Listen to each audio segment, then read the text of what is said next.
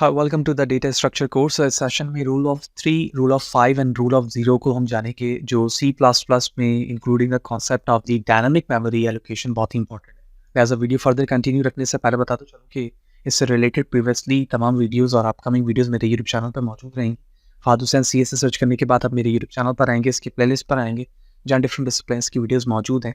इससे पहले एक सेपरेट प्लेलिस्ट भी मौजूद है जो basic level of data structure की है, जिसमें थ्योरी एस्पेक्ट तमाम क्लियर है, लेकिन इस दफ़ा हम मज़ीद एडवांस टॉपिक को उसमें हैंडल कर रहे होंगे इंक्लूडिंग सी प्लस प्लस, तो वो सेपरेट प्लेलिस्ट भी यहाँ मौजूद है। इसके अलावा इसमें इस्तेमाल होने वाला कोड, मटीरियल, प्रेजेंटेशन स्लाइड मेरे ब्लॉग fadusencs.blogspot.com पे फ्रीली अवेलेबल है। तमाम मटीरियल को फ्रीली डाउनलोड करके यूज़ किया जा सकता है।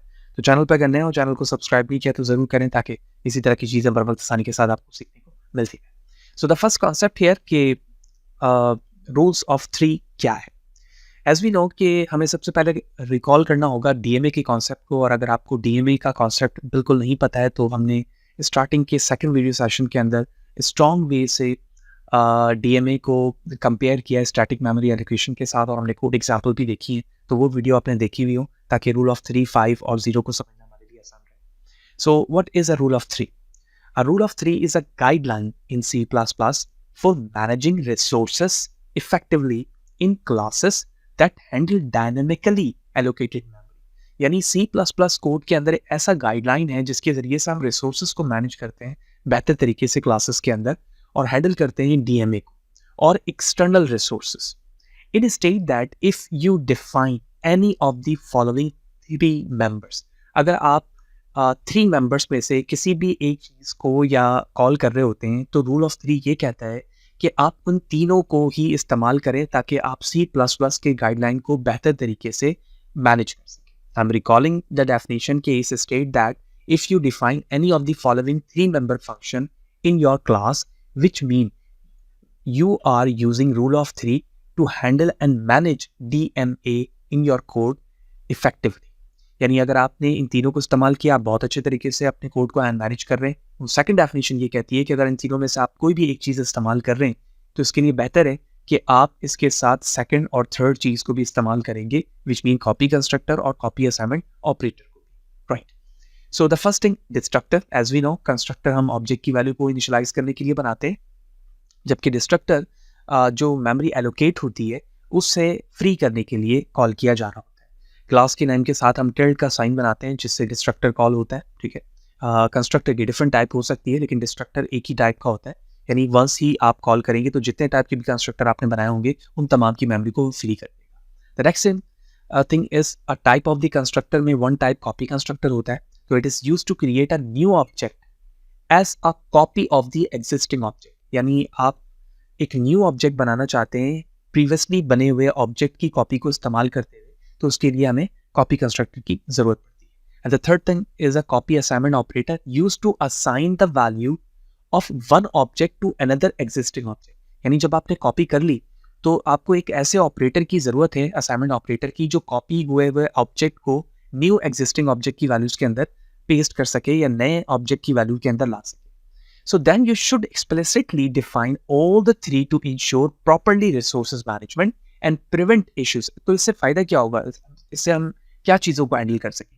उन इश्यूज से बच सकेंगे लाइक मेमोरी लीक, ठीक है, डैंगलिंग पॉइंटर्स और other problem arising from incorrect कॉपिंग और असाइनमेंट बिहेवियर। यानी इस तरह की जो प्रॉब्लम्स होंगे, उन प्रॉब्लम्स के इश्यूज से प्रिवेंट करने के लिए, अपने कोड को या अपने प्रोजेक्ट को बचाने के लिए हम रूल्स ऑफ 3 को फॉलो करते हैं C++ में।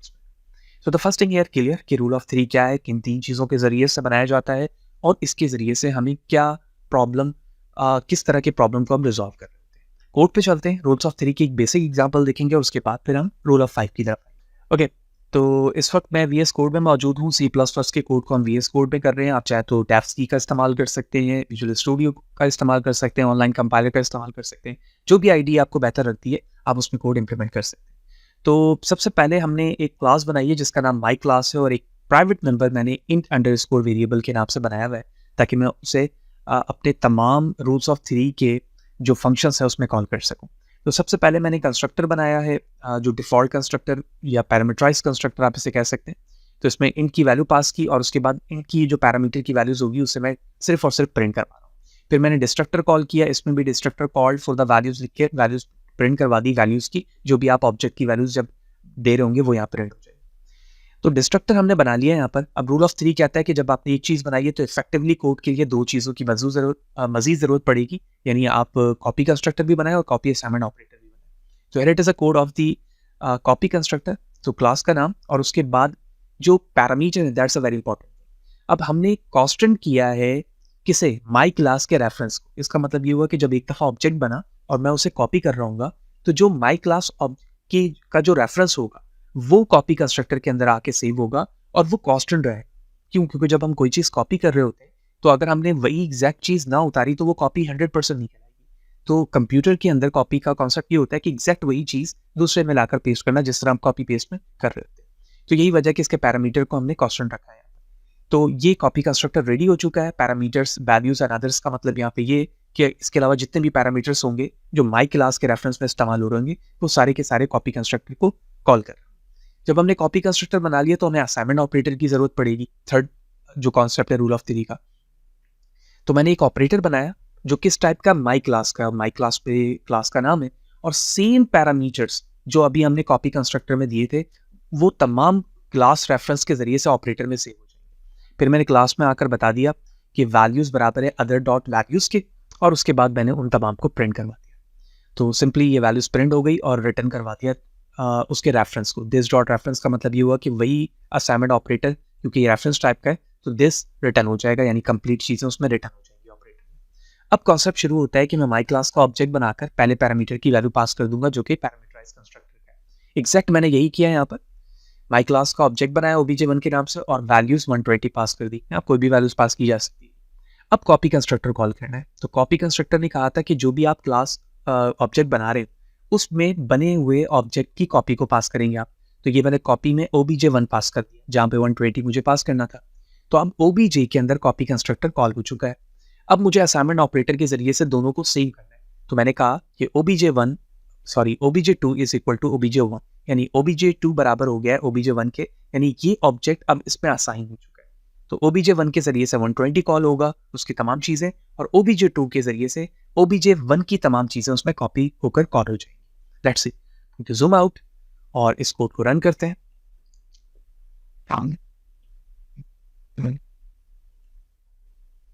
And here it is, that's a very important thing.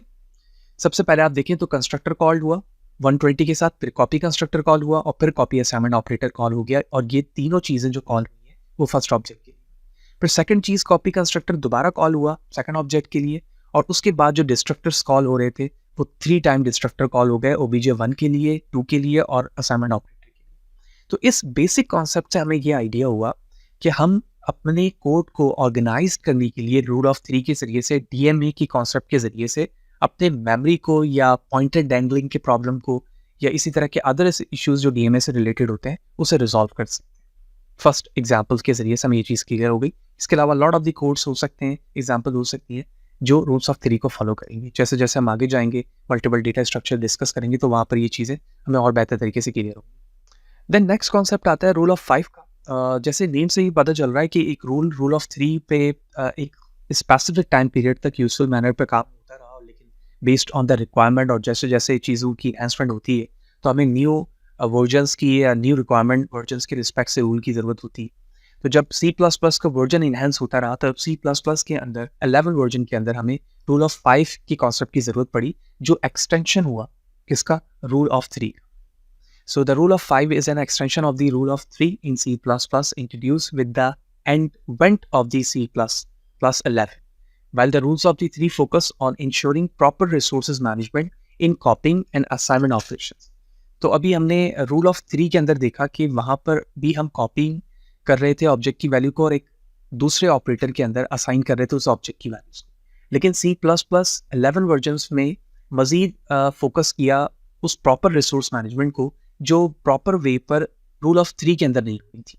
अब वो किस तरह की थी? The rules of 5 expand it's scope. तो उन्होंने सबसे पहले इसके स्कोप को एक्सपेंड किया, किस तरह से? To include efficient transfer of ownership. That's a very important thing कि इसमें जो ऑनरशिप थी उसे भी ट्रांसफर किया, और रूल ऑफ 3 के अंदर ऐसा नहीं हो रहा था। ऑनरशिप ट्रांसफर नहीं हो रही थी, बल्कि सिर्फ और सिर्फ ऑब्जेक्ट की वैल्यूज कॉपी हो रही थी और वो ऑपरेटर में जाकर सेव हो रही थी। और इस ऑनरशिप को ट्रांसफर करने के लिए इन्होंने मूव सेंटिमेंट का इस्तेमाल किया। What does it mean? तो पहली तीन चीज़ें, डिस्ट्रक्टर, कॉपी असाइनमेंट ऑपरेटर और कॉपी कंस्ट्रक्टर, ये तीनों चीज़ें तो रूल ऑफ 3 में वैसे ही इस्तेमाल होती रही, रूल ऑफ 5 में भी जैसे रूल ऑफ 3 में हो रही थी। टू मोर थिंग यहाँ पर चीज़ें जो आई, फोर्थ नंबर पे मूव कंस्ट्रक्टर आया और मूव असाइनमेंट ऑपरेटर आया, ठीक है। और इन दोनों के जरिए से हमने क्या किया, इफिशिएंट मैनर पर ऑनरशिप को ट्रांसफर किया। So the move constructor suggest transfer ownership of resources from one object to another efficiently without copying data unnecessarily, यानी अननेसेसरी जो डेटा है उसको कॉपी किए बगैर वो ऑनरशिप को ट्रांसफर कर रहा है एक ऑब्जेक्ट से दूसरे object by using a move constructor, ठीक है। तो कॉपी कंस्ट्रक्टर के जरिए से बने हुए ऑब्जेक्ट की वैल्यू सिर्फ और सिर्फ दूसरे में ट्रांसफर हो रही थी, और सिंपल जो पैरामीटराइज कंस्ट्रक्टर है वो ऑब्जेक्ट की वैल्यू को इनिशियलाइज कर रहा था। लेकिन मूव कंस्ट्रक्टर के जरिए से हमने ऑनरशिप ट्रांसफर किया एक ऑब्जेक्ट की से दूसरे में। The next thing is a move assignment operator, ठीक है। जिस तरह से कॉपी असाइनमेंट ऑपरेटर था, मूव कंस्ट्रक्टर के लिए हमने मूव असाइनमेंट ऑपरेटर इस्तेमाल किया, that perform a move assignment, ठीक है। मूव असाइनमेंट ये परफॉर्म कर रहा है moving resources from one object to another object instead of copy, यानी कॉपी करने के बजाय वो ऑब्जेक्ट को मूव कर रहा है एक जगह से दूसरी जगह। और मूवमेंट से यहाँ पे मुराद ये कि एक ऑब्जेक्ट के अंदर उन चीज़ों की मूवमेंट हो रही है, ठीक है। अब इसी कॉन्सेप्ट को जो 5 चीज़ों पर बेस कर रही थी रूल ऑफ 5, जिसमें हमने डिस्ट्रक्टर बनाया, कॉपी असाइनमेंट ऑपरेटर और कॉपी कंस्ट्रक्टर, और उसके बाद 2 चीज़ें इसमें ऐड हो गई, मूव कंस्ट्रक्टर और मूव असाइनमेंट ऑपरेटर। और हमने ये जान लिया कि ये दोनों चीज़ें इसलिए ऐड हुई ताकि हम अपने स्कोप को एक्सपेंड करें। किस चीज़ के लिए? ऑनरशिप को ट्रांसफर करने के लिए from one object to another object के लिए। तो कोड में चलते हैं और इसकी एग्जाम्पल देखते हैं कि सेम एग्जाम्पल किस तरह से मूव कंस्ट्रक्टर और मूव असाइनमेंट ऑपरेटर को यूज़ कर रही है। So here are the another example, same logic के साथ कोड मौजूद है। हमने माई क्लास की एक क्रिएट किए क्लास, और इसमें एक पब्लिक मेंबर है इंट वैल्यूज, और उसके बाद हमने सेम लॉजिक के साथ पैरामीटराइज कंस्ट्रक्टर बनाया जिसमें इंट की वैल्यू पास हो रही है, और उसी को हम प्रिंट भी करवा रहे हैं। फिर डिस्ट्रक्टर बनाया, डिस्ट्रक्टर में हम वैल्यूज पास कर रहे हैं सिर्फ प्रिंट करवाने के लिए, ताकि जब ऑब्जेक्ट की वैल्यूज इनिशियलाइज होकर कॉल हो रही हो तो प्रिंट पे हमें दिखे। फिर हमने कंस्ट्रक्टर बनाया, constructor very simple logic, copy constructor बनाने के लिए जिसमें हम क्लास का रेफरेंस यूज़ करके कॉन्स्टेंट करते हैं, बिल्कुल वैसे जैसे रूल ऑफ 3 में हमने इस्तेमाल किया था। और फिर हमने कॉपी असाइनमेंट ऑपरेटर करके सेम जो रेफरेंस था उसे ऑपरेटर में सेव कर लिया, और वो किस टाइप का है? क्लास रेफरेंस टाइप का है। अब यहाँ से वो चीज़ें शुरू होती हैं जो अभी हमने डेफिनेशन पे जाना कि मूव कंस्ट्रक्टर हम इसलिए इस्तेमाल कर रहे हैं ताकि एक ऑब्जेक्ट की वैल्यू को एफिशिएंट मैनर पर ट्रांसफर कर सकें दूसरे के अंदर ऑनरशिप के लिए। तो मूव कंस्ट्रक्टर यहाँ पर माई क्लास को एज अ रेफरेंस इस्तेमाल कर रहा है, और ये जो डबल एम्परसेंट साइन यहाँ पर इस्तेमाल हो रहा है, it's just R value, it's called R value in C++ syntax, जिसका मतलब सिंपली ये है कि जब हम सिंगल एम्परसेंट साइन बना रहे होते हैं तो वो एक पॉइंटर के एड्रेस को इंडिकेट करता है, लेकिन डबल एम्परसेंट साइन यहाँ पर ये आर रेफरेंस इंडिकेट कर रहा है, विच मीन इसका कोई भी रेफरेंस एड्रेस नहीं होगा, ठीक है। यानी मेमोरी में इसका रेफरेंस एड्रेस क्रिएट नहीं हो रहा होता है। और नॉर्मली इस चीज़ को हम C++ 11 जनरेशन से ऑनवर्ड में मूव कंस्ट्रक्टर के अंदर इस्तेमाल होता हुआ देख रहे हैं। तो हमने मूव कंस्ट्रक्टर यहाँ पर बनाया जो आर वैल्यू रेफरेंस टाइप का है, और उसके बाद हमने सिंपली इसमें नो एक्सेप्शनल कोडिंग को इस्तेमाल करके हैंडल कर लिया कि अदर वैल्यूज़ 1 के बराबर होगी, और मूव कंस्ट्रक्टर की वैल्यूज़ में वैल्यू को सिर्फ पास कर दिया फॉर द प्रिंट, ठीक है। और इसकी वजह यहाँ पे इस्तेमाल करने की ये कि हम ऑनरशिप को ट्रांसफर कर रहे हैं। फिर जिस तरह से मैंने मूव कंस्ट्रक्टर बनाया तो उसके लिए असाइनमेंट ऑपरेटर बनेगा, same R reference value type का है, और ये रेफरेंस टाइप ऑपरेटर के अंदर सेव कर रहा है। उसके बाद कुछ फॉर्मल कोड है जो रेफरेंस को बता रहा है कि अगर नॉट इक्वल टू दिस जो है वो not equal to other reference है, तो आप मूव कंस्ट्रक्टर को उसमें कॉल कर लो और उसके बाद उसकी वैल्यूज़ को डिस्प्ले करा दो जो भी वैल्यूज़, ठीक है। और बिल्कुल as like the rule of 3 वहाँ पर भी हम दिस को रिटर्न करवा रहे थे जब हम कॉपी असाइनमेंट ऑपरेटर इस्तेमाल कर रहे थे, तो मूव के अंदर भी हम उसे ही कॉल कर रहे हैं। उसके बाद हमने ऑब्जेक्ट बनाया और ऑब्जेक्ट के अंदर एक वैल्यू पास कर दी, और वैल्यू पास करने के बाद that's the important thing, copy operator बनाकर हमने उसकी वैल्यूज़ पास कर दी, ठीक है। आप वैल्यूज़ चेंज कर सकते हैं। फिर OBJ3 को हमने 1 के बराबर किया, यानी हम यहाँ पर असाइनमेंट ऑपरेटर इस्तेमाल कर रहे हैं और उसकी वैल्यूज़ वैल्यू की कोई वैल्यूज़ पास कर रहे हैं। फिर तीनों को हमने प्रिंट करवा दिया, and there it is move operator. Move operator में हम ऑब्जेक्ट 4 बनाकर यहाँ पर मूव कर रहे हैं obj1, यानी ऑनरशिप जो मूव 1 की है वो 4 में दिए जा रहे हैं, ठीक है। तो अब जब मैं obj1 के जरिए से वैल्यूज को चेंज करूंगा तो इधर मेंशन है कि obj become invalid after being moved, क्योंकि वो चीज मूव हो चुकी है तो अब ये इनवैलिड हो जाएगी। तो दिस इज नो इफेक्ट, इसका कोई इफेक्ट नहीं पड़ेगा, ठीक है। ये मूव ऑपरेटर के जरिए से हुआ या मूव कंस्ट्रक्टर के जरिए से, और उसके बाद हमने obj1 और 4 की वैल्यू डिस्प्ले करवा दी। तो लेट्स सी, हम इससे रन करते हैं and let observe the difference. तो आप देखें हैं कोड के रिस्पेक्ट से, तो सबसे पहले हमने जो प्रिंट करवाया मेन के अंदर वो obj1, 2 और 3 का। तो obj1 की वैल्यूज हमने 42 पास की थी, दैट इज प्लेड नाउ। फिर हमने कॉपी ऑपरेटर यानी कॉपी असाइनमेंट ऑपरेटर का इस्तेमाल करते हुए obj2 के अंदर 1 को पास किया और उसकी वैल्यू सेट कर दी 100 नाउ। फिर obj3 को हमने 1 के बराबर लिया असाइनमेंट ऑपरेटर के जरिए से, तो दोनों यहाँ पर सेम हो गए, और सेम होने के बाद हमने obj3 की वैल्यूज को सेट कर दिया 200। तो मैंने वैल्यू सेट किया है तो रेफरेंस में उसकी वैल्यू चेंज हो गई, ठीक है, क्योंकि हम दोबारा वैल्यूज को सेट कर रहे हैं, तो it's now 200। And then move constructor को हमने कॉल किया और उसके बाद हम मूव कंस्ट्रक्टर में obj4 की वैल्यूज को यहाँ पर ओनरशिप दे रहे हैं, और उसके बाद obj1 की वैल्यूज को आप देखें हमने चेंज किया 500, ठीक है, और यहाँ पर obj1 को हम प्रिंट करवा रहे हैं, और उसके बाद obj4 को करवा रहे हैं जो कि किसका है, मूव असाइनमेंट ऑपरेटर का है या मूव कंस्ट्रक्टर का है। और इस मूव कंस्ट्रक्टर के अंदर obj किसकी वैल्यू पास हो रही है, 1 की, और obj1 के ऑनरशिप 4 के अंदर आ गई, तो अब 4 की वैल्यू वही होगी जो 1 की होनी चाहिए। और इधर देखें 1 की वैल्यू है 42 और यहाँ पर 4 की भी वैल्यूज हो गई 4। And then according to the requirement, जिस तरह से डिस्ट्रक्टर कॉल होता है, तो वो डिस्ट्रक्टर पहले 42 के लिए कॉल हुआ, फिर 200 के लिए हुआ, फिर 100 के लिए हुआ, और फिर 500 के लिए हो गया according to the requirement. So that's all about the rules of 5, जिसमें हमने एक इंपॉर्टेंट एस्पेक्ट ये समझ लिया कि मूव असाइनमेंट ऑपरेटर और कंस्ट्रक्टर के जरिए से ऑनरशिप ट्रांसफर होती है एक ऑब्जेक्ट की किसी दूसरे ऑब्जेक्ट के अंदर। Hope you understand. The last concept है जो रूल्स ऑफ जीरो कहलाता है, ये भी फ्रिक्वेंटली C++ के सेंटेक्स में बार बार इसे कॉल किया जा रहा होता है, और मोस्ट फ्रिक्वेंटली आस्क्ड क्वेश्चन भी है जॉब में। तो रूल ऑफ जीरो कहता है कि इन C++ state that if a class doesn't explicitly require custom destructor, copy constructor and copy assignment operator of move sentiments, then it should not provide them explicitly. Instead, it should rely on the compiler generated default. यानी in simple ये paragraph से हमें ये बात समझ में आ गई कि रूल ऑफ जीरो ये कह रहा है कि अगर आपने एक्सप्लिसिटली कोई कस्टम टाइप का कंस्ट्रक्टर या डिस्ट्रक्टर असाइनमेंट ऑपरेटर या मूव असाइनमेंट ऑपरेटर्स को इस्तेमाल नहीं किया है, ठीक है, तो आपको चाहिए कि उन चीज़ों को यूज़ करें। और अगर नहीं कर रहे हैं तो आपका जो कंपाइलर है वो किस चीज़ पर डिपेंडेंट रहेगा या किन चीज़ों को फॉलो करते हुए प्रोग्राम को चलाएगा, उन चीज़ों को जो डिफ़ॉल्ट जनरेट होते हैं। जैसे डिफ़ॉल्ट पैरामीटर कंस्ट्रक्टर होता है, ठीक है, और डिफ़ॉल्ट ही तौर पर वो तमाम वैल्यूज़ को इनिशियलाइज करके उनकी वैल्यू सेट करता है। तो this approaches leverages the compiler ability to automatically generate this special member function, leading to cleaner and more concise code.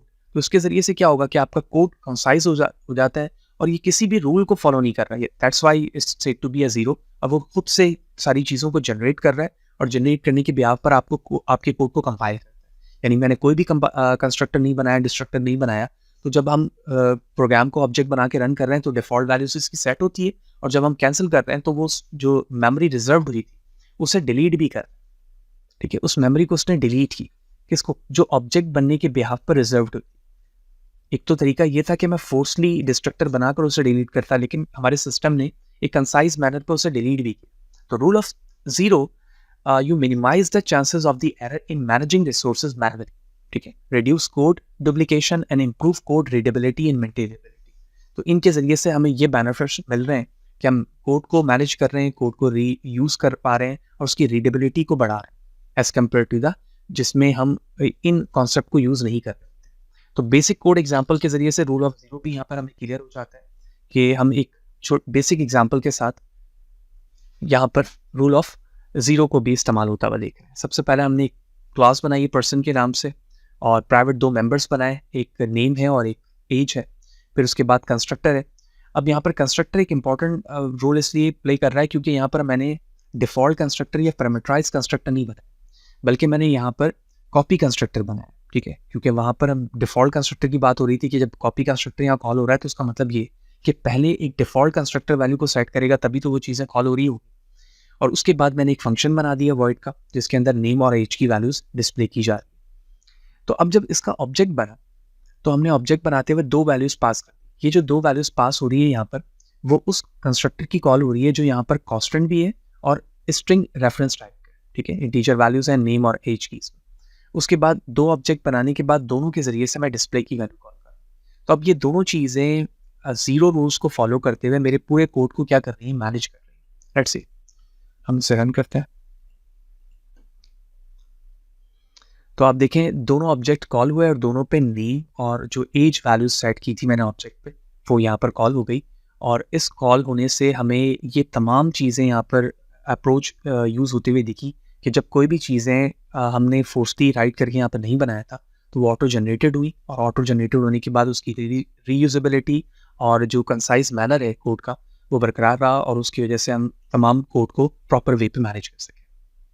So that's all about the rule of 3, rule of 5 and rule of 0. Hope you understand every aspect. अगर इसमें difficulties हैं तो बेहतर ये है कि आप DMA के कॉन्सेप्ट को एक दफ़ा फिर से देखें जो मेरे प्लेलिस्ट के सेकंड वीडियो पे मौजूद है, तो उससे और भी ये कॉन्सेप्ट बेहतर तरीके से आपको समझ में आएगा। तो इसी तरह से जुड़े रहें, वीडियो को लाइक करें, ज़्यादा लोगों को शेयर करें और इससे रिलेटेड जो मटेरियल है वो मेरे ब्लॉग पे शेयर्ड है, तो यहाँ से आप तमाम चीज़ों को प्रॉपर्ली डाउनलोड करके यूज़ कर सकते हैं। See you in the next session.